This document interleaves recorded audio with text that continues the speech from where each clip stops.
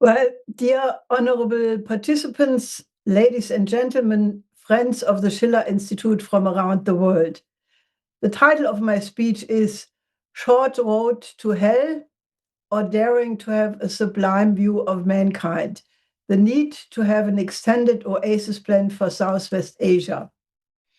It could very well be that the present generations of the human species lack the moral fiber to avoid our self-annihilation in a global thermonuclear war, because that danger does exist in the short term. If we don't find a solution to the war started by the United States and Israel as an unprovoked war of aggression against Iran. 5 weeks into the war, it is clear that none of the goals defined by the United States side have been accomplished. Despite repeated assassinations of leading Iranian officials and negotiators, there has been no agreement, no regime change. The population, on the contrary, is rallying behind the government more than ever. Neither the nuclear research facilities nor the ballistic missile systems have been dismantled. The Strait of Hormuz, which was open before, is now closed for all hostile parties. The consequences for the world economy is already dramatic, and it could become catastrophic if the war should extend for more weeks. Already now, millions of poor people and many businesses suffer from increased energy prices. The interruption in fertilizer supplies could turn into mass starvation. The plunge into a global depression almost certainly will trigger a blowout of the totally over-indebted global financial system of $2.4 quadrillion. But also many features of the international system are in disarray. The business model of the Gulf states, ambitious roles in international trade and finance, luxurious lifestyles for the elites, protected by American military bases, is in shambles. The collective West is not so collective anymore. NATO fizzles. The entire post-Cold War architecture is crumbling, with the global South determined to end 500 years of colonialism for good. The old order is disintegrating, the shape of the new one still in question. The biggest casualty, however, threatens to be our humanity. A martial language, quote, bombing Iran back into the Stone Age, where they belong. No quarter, no mercy for our enemies. These are comments of many which have been called forth American as well as international legal experts questioning the violation of international law and the Code of War. Cardinal Kubitsch of Chicago appeals to the conscience, protesting a video on the official X account of the White House, which combines scenes of action movies with the actual material from the war against Iran. The words of Pope Leo XIV on this Easter during his Urbi et Orbi address have been a clear message, unmistakably against the perpetrators of today's dangerous war in Southwest Asia. Let those who have weapons lay them down. Let those who have the power to unleash war choose peace.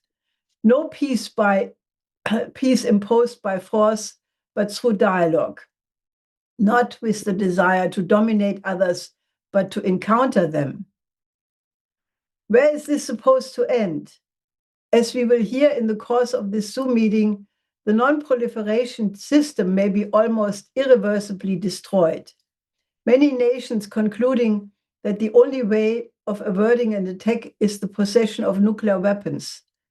The disappearance of international law in favor of a complete return of the principle of might makes right, and if we even get there, and not end up in the delusion that some chosen people can outlive a thermonuclear Armageddon.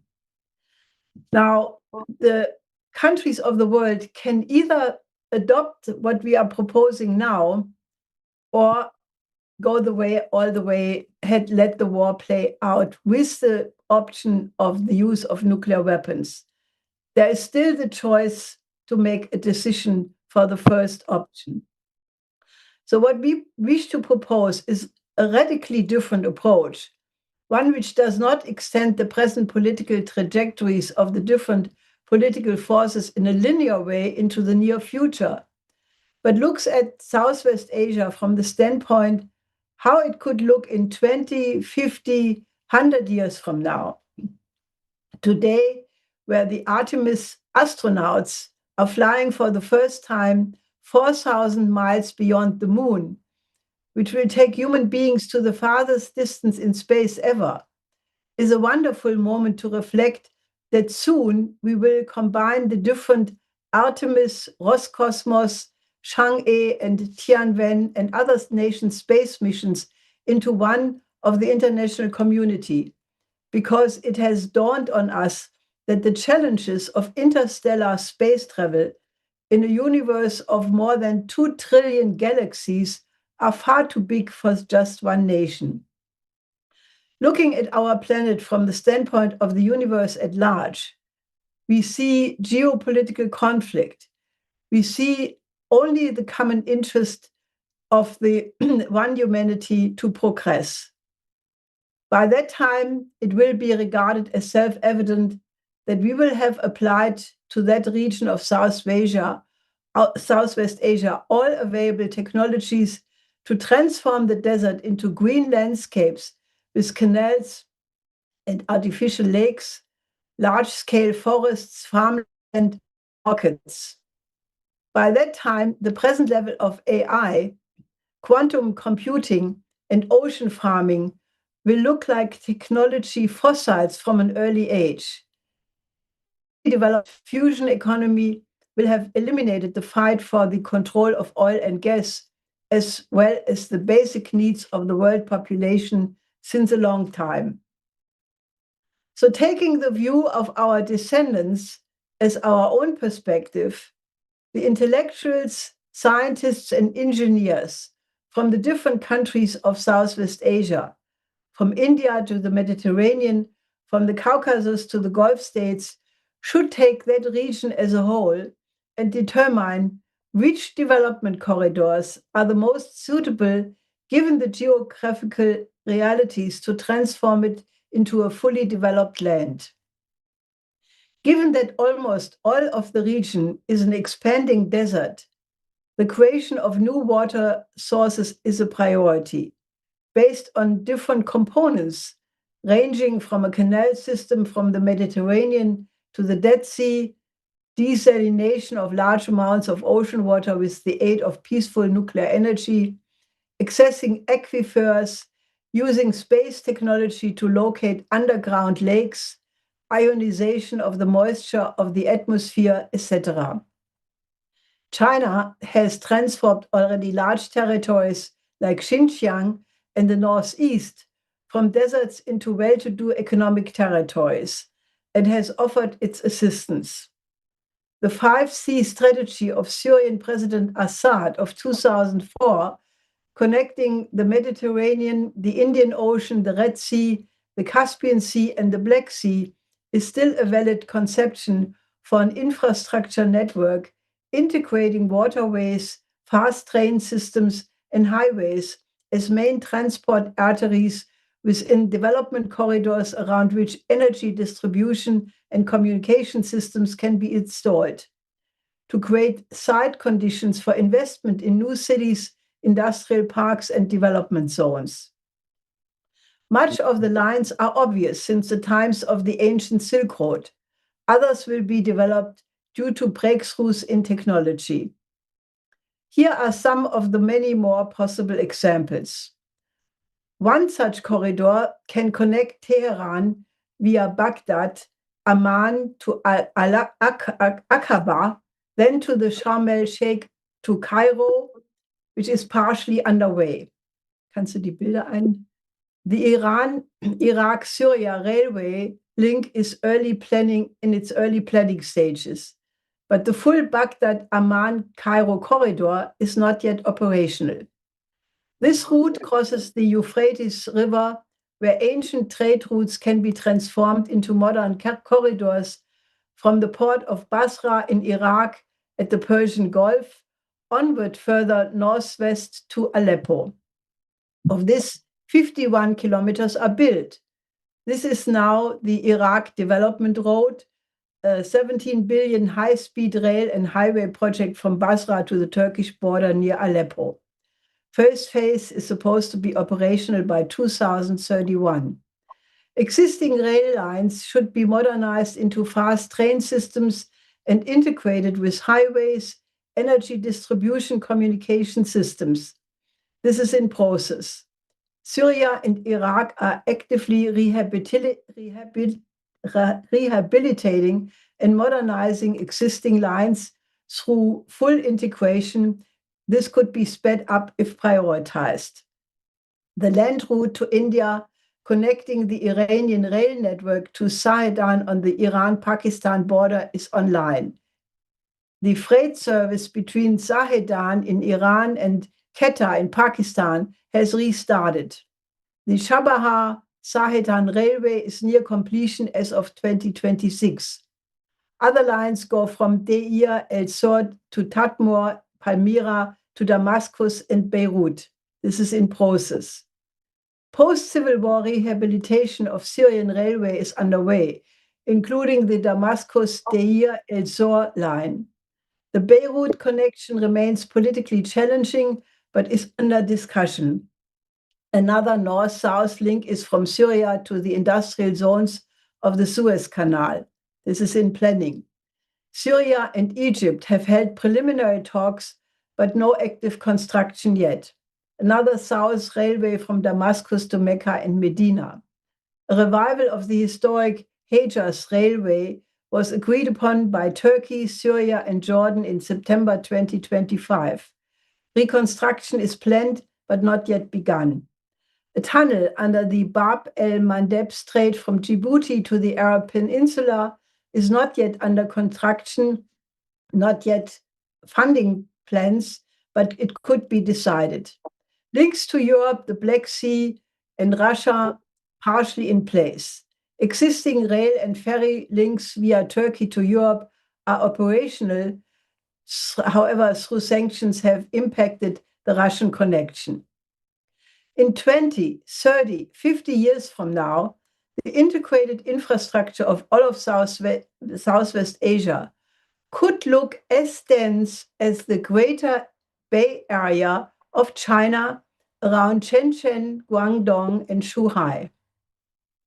If all the nations of Southwest Asia would agree on such a development perspective, it would be as well in the real interest of the United States and European nations, since it would define a perspective of joint prosperity rather than the perils of a looming world war.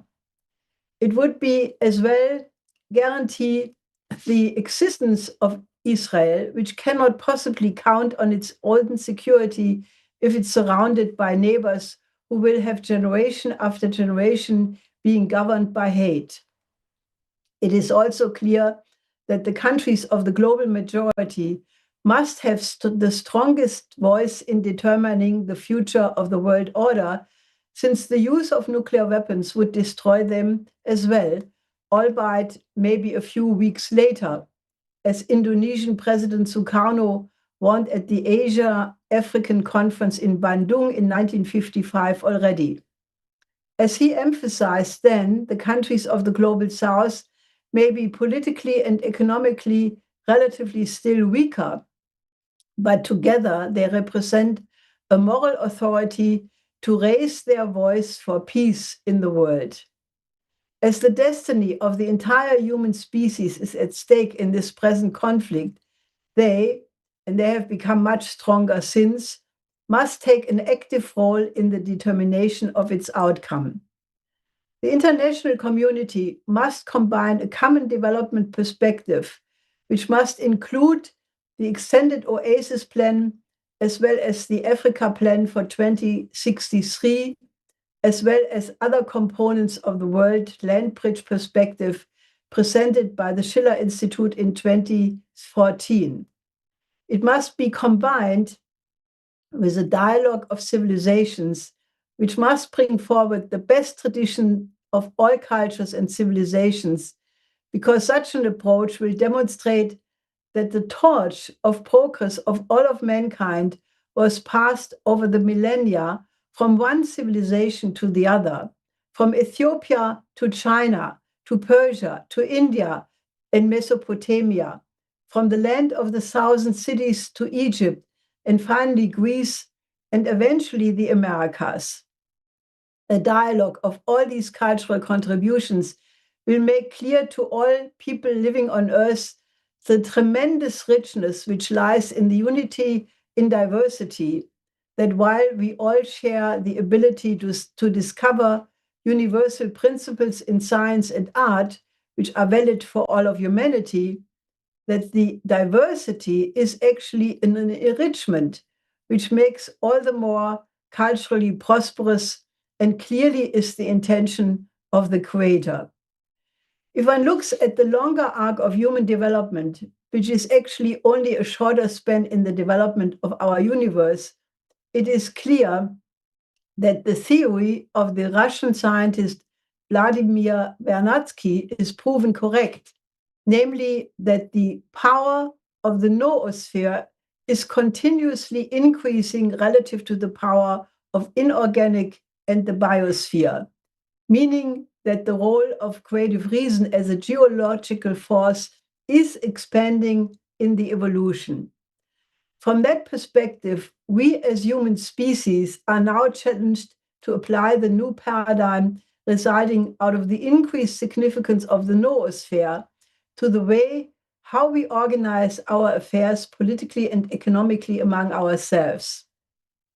This requires that we change the axioms of our thinking about the image of man and the role of man in the universe accordingly, which means that we have to put the interest of the one humanity first before we define all other national and cultural interests in affinity with the interest of mankind as a whole. In all of classical literature, what separates the tragic outcome of drama from the ability to determine a solution on a higher level than the one on which the conflict arose is the ability of the main actors to elevate their thinking to the level of the sublime, that quality of mind which is associated with creative mentation, with agape, with love for mankind. The sublime mind does not seek personal advantage or pleasure, but connects his identity with the fate of all of humanity, not only in the present, but for all future generations to come. Nobody can deny that it is the takeover of the liberal paradigm in Western civilization, that notion that everything is allowed, everything goes, which went along with the cancellation of our classical heritage, which led to the disappearance of the sublime in our thinking. It can be revived, but only if we will do so as a willful act. This is the test I spoke of if we have the moral fiber as a species to survive. So therefore, what we are proposing here is not some arbitrary utopian proposal, but a very concrete, albeit not pragmatic way to create a future for humanity. Thank you.